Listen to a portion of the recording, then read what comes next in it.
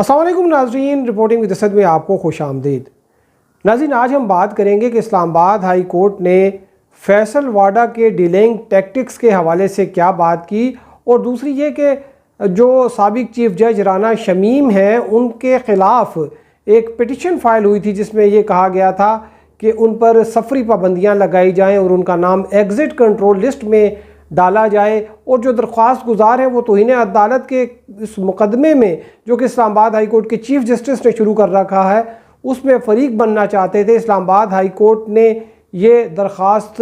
क्यों मुस्तरद कर दी, और उसके साथ साथ ये जो दरख्वास्त गुजार हैं इनका क्या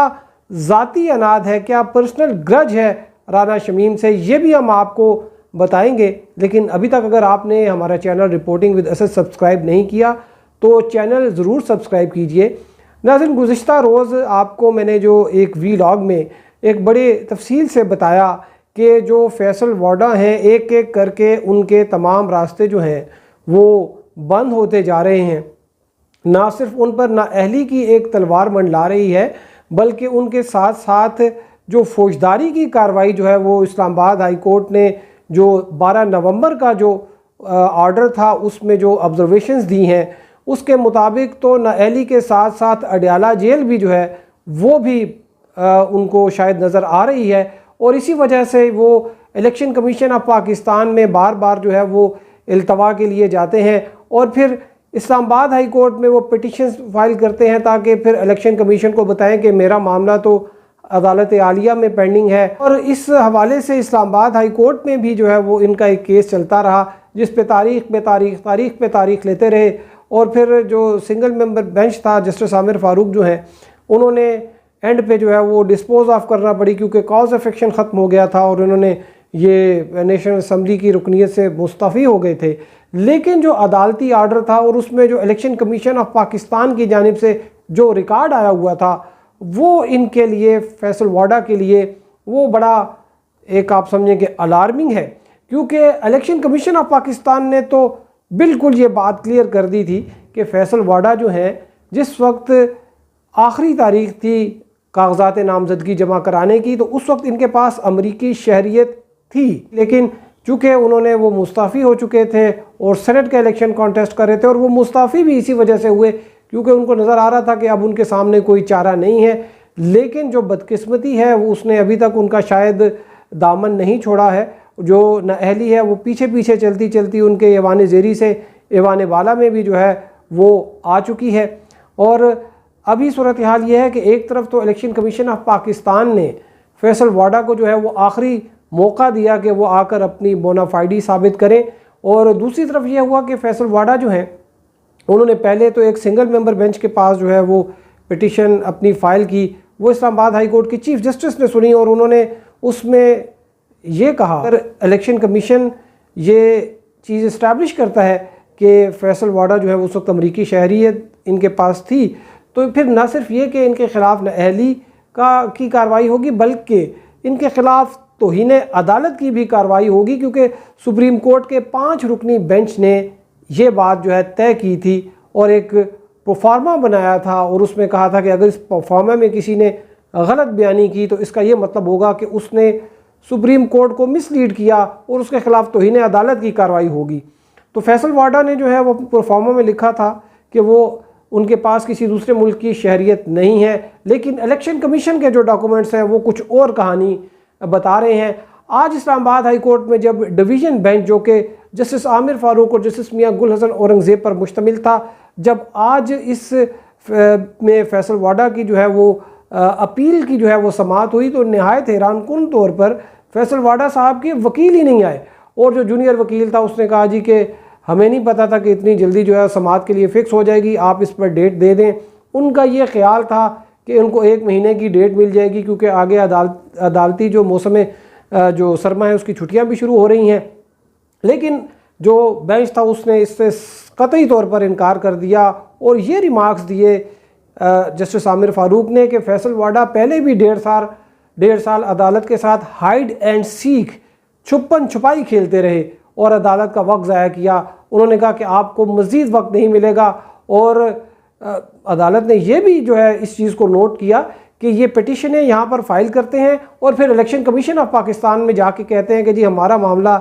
اسلام آباد ہائی کورٹ میں پینڈنگ ہے، تو وہاں سے بھی تاریخ لے لیتے ہیں اور یہاں پہ کہتے ہیں کہ الیکشن کمیشن آف پاکستان کے پاس ہمارا کیس چل رہا ہے، تو عدالت سے بھی اسلام آباد ہائی کورٹ سے بھی جو ہے وہ ایڈجرنمنٹ جو ہے وہ لے لیتے ہیں۔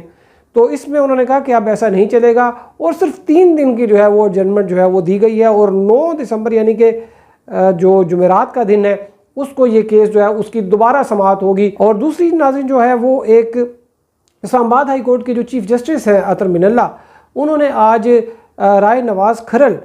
ان کی 2 اپلیکیشنز ہیں، جس میں انہوں نے ایک میں یہ کہا کہ وہ توہین عدالت کے کیس میں فریق بننا چاہتے ہیں، اور دوسرے میں انہوں نے کہا کہ جو رانا شمیم ہیں ان کے سفری پابندی ان پر لگائی جائے، ان کا نام جو ہے وہ ایگزٹ کنٹرول لسٹ میں ڈالا جائے۔ تو اسلام آباد ہائی کورٹ نے دونوں پٹیشنز جو ہیں وہ ڈسمس کر دی ہیں، اور اسلام آباد ہائی کورٹ کا کہنا ہے کہ جو ایگزٹ کنٹرول لسٹ والی جو انہوں نے درخواست دی ہے وہ غیر مؤثر ہو چکی ہے، اور دوسری جو بات یہ کہ وہ اس مقدمے میں فریق بننا چاہتے ہیں۔ تو عدالت نے کہا کہ 3 وجوہات ہوتی ہیں کنٹیمپٹ آف کورٹ کی۔ ایک تو یہ ہے کہ آپ کو یہ یقین ہو کہ یہ جو ضابطہ فوجداری کے حوالے سے عدالت کا کوئی حکم ہے، یہ اس پروسیس کو جو ہے وہ سبوٹاج کیا جا رہا ہے، عدالت کا جو کارروائی ہے، عدالت کا جو آرڈر ہے اس پر امپلیمنٹ نہیں کیا جا رہا، اور دوسری یہ کہ انصاف کی فراہمی میں اگر رکاوٹ جو ہے وہ ڈالی جائے تو پھر کنٹیمپٹ آف کورٹ کا جو ہے وہ قانون حرکت میں آتا ہے۔ لیکن انہوں نے کہا کہ یہ جو درخواست ڈالی گئی ہے اس میں تینوں میں سے ایک چیز جو ہے وہ اسٹیبلش نہیں ہو سکی، اور ساتھ میں یہ بھی بات جو ہے واضح کی چیف جسٹس عطر من اللہ نے کہ جو کنٹیمپٹ آف کورٹ کا معاملہ ہے یہ عدالت کا اور ان لوگوں کا کے درمیان ہوتا ہے جنہوں نے عدالت کی توہین کی ہوتی ہے، تو اس میں تیسری جو ہے وہ پارٹی نہیں آ سکتی، اور رائے نواز کھرل صاحب کی جو ہیں وہ درخواستیں جو ہیں وہ دونوں مسترد کر دیں۔ اب رائے نواز کھرل صاحب جو ہیں یہ ایک ان کا مختصر سا میں تعارف کرا دوں کہ یہ جو سابق military dictator general Pervez Musharraf کی قانونی ٹیم میں شامل تھے، اس وقت ان کے پاس جو ہے وہ مختلف اداروں کے لیگل ایڈوائزر بھی رہے، اور پھر اس کے بعد جو ہے یہ جو پاکستان کی تاریخ کے ایک متنازع جج جسٹس عبدالحمید ڈوگر، یہ ان کی بھی جو ہے وہ حمایت کرتے رہے، اور انہوں نے جو فرح حمید ڈوگر جو کہ جسٹس حمید ڈوگر کی صاحبزادی تھیں، ان کو جو غیر قانونی طور پر جو نمبر ملے تھے ان کو انہوں نے لیگلائز کرانے کے لیے باقاعدہ پٹیشن کی اسلام آباد ہائی کورٹ میں۔ اس کے ساتھ ساتھ اب رانا شمیم صاحب کے ساتھ ان کا کیا گرج ہے، کیا ان کے ساتھ پرسنل ان کا ساتھ ایشوز ہیں، ان کا بھی مجھے تھوڑی بہت انفارمیشن ہے، اور وہ یہ کہ جب رانا شمیم گلگت بلتستان جو سپریم اپیلیٹ کورٹ کے جج تھے تو اس وقت وہاں پر کچھ ویکنسیز خالی تھیں، تو جو یہ رائے نواز کھرل صاحب ہیں انہوں نے جو ملک قیوم سابق اٹارنی جنرل ان کے یہ چونکہ انہی کے گروپ میں سے ہیں، اور ملک قیوم صاحب بھی مشرف کے دور میں اٹارنی جنرل بھی رہ چکے ہیں، تو انہوں نے ان کے ذریعے جو ہے وہ ایک اپنا ایک موومنٹ جو ہے وہ شروع کی، اور ان کا لابنگ شروع کی، اور ان کا یہ خیال تھا کہ ان کو جو ہے وہاں پر جج لگا دیا جائے، اور انہوں نے اس کے لیے گلگت میں جو ہے وہ کچھ پراپرٹی بھی خریدی اور وہاں پر اپنا ایک دفتر بھی بنایا، اور گاہے بگاہے وہاں پر چکر لگاتے تھے، کچھ چھوٹے موٹے کیسز بھی وہاں پر کرتے رہتے تھے۔ لیکن جو رانا شمیم ہیں انہوں نے جو یہ رائے نواز کھرل صاحب ہیں ان کو جج نہیں لگایا، اور اس کے بعد جو ہے یہ ان کی آپس میں ایک مخالفت شروع ہو گئی۔ تو یہ بھی ایک لمحہ فکریہ ہے کہ آپ اپنے پرسنل جو ہے وینڈیٹاز، پرسنل سکور سیٹل کرنے کے لیے عدالتوں کا کندھا جو ہے وہ استعمال کیا جاتا ہے پاکستان میں۔ ناظرین اب کل جو ہے اسلام آباد ہائی کورٹ کے چیف جسٹس جو ہیں وہ جو رانا شمیم کے جو بیان حلفی ہے جس میں انہوں نے یہ کہا ہے کہ سابق چیف جسٹس ثاقب نثار، نواز شریف اور مریم نواز جو ہیں ان کی سزا جو ہے اس کو پرولونگ کرنا چاہتے تھے، اور وہ یہ نہیں چاہتے تھے کہ وہ جولائی 2018 کے الیکشن سے پہلے کسی صورت جو ہے وہ رہائی ان کو ملے، اور انہوں نے اس حوالے سے اسلام آباد ہائی کورٹ کے جج صاحب جو ہیں ان کو کال بھی کی۔ کل اس پر جو ہے وہ عدالت کی کارروائی جو ہے وہ ہوگی، اور مزید ہم آپ کو اپڈیٹ کریں گے۔ اب تک کے لیے اتنا ہی، ہمارے ساتھ رہنے کا شکریہ، اللہ حافظ۔